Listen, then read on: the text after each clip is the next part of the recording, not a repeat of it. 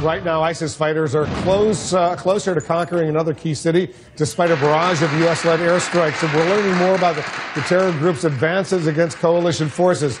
Let's bring in our chief national security correspondent, Jim Sciutto. He's got the latest. Jim? Well, a very worrisome situation developing in Anbar province. This is just to the west of the capital, Baghdad, and this area really matters because of its proximity to the capital. I'm told that ISIS forces are still advancing there, despite a number of Iraqi forces trying to push them back. U.S. officials saying that those Iraqi forces are now backed up against a wall, in danger of being cut off. Meanwhile, in Kobani in northern Syria, ISIS advancing there as well, and in both places, despite an enormous amount of American air power. ISIS militants now in the very center of Kobani. Undeterred by the U.S.-led air campaign, ISIS fighters are advancing and now control almost half of the city. Even as coalition warplanes unleashed another day of punishing airstrikes, making Kobani now the second most bombed target in Syria or Iraq. U.S. officials continue to warn that Kobani and many other cities may still fall.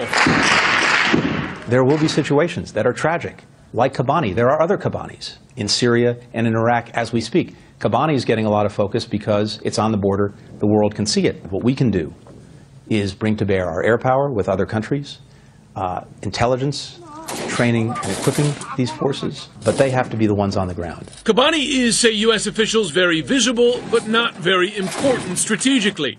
Anbar province, just to the west of Baghdad in Iraq, is the opposite. Largely invisible to outsiders, but crucial to the safety of the capital. There, Iraqi forces are on the defensive, backed up against the wall, said one senior defense official, with some units now in danger of being cut off.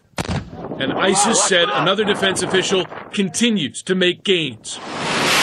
With the campaign facing grave early challenges, the U.S.-led coalition today gained a crucial ally. Turkey announced it will help train and equip the moderate Syrian rebels. An agreement reached with the U.S. after days of very public divisions between the two NATO allies. Turkey is also considering the possibility of deploying ground troops, one crucial piece still missing from the broader campaign against ISIS. I know they've talked about ground troops. We're having a conversation with them about what that might look like and what role they can play broadly, including that. One problem that the U.S. has in that battle for Anbar province is not a lot of visibility, and that is because there are no U.S. military advisors embedded with the Iraqi units that are fighting ISIS out in Anbar. Now, around Baghdad, there are U.S. advisors embedded with those units. I'm told that what those advisors have found, and there are 7 teams of 12 advisors each with those units around the capital, I'm told that they believe those units are more capable, so that Baghdad, defensible at this point. But the trouble, Wolf, of course, as those ISIS units get closer and take over more territory around Baghdad, makes it much easier for them to launch attacks.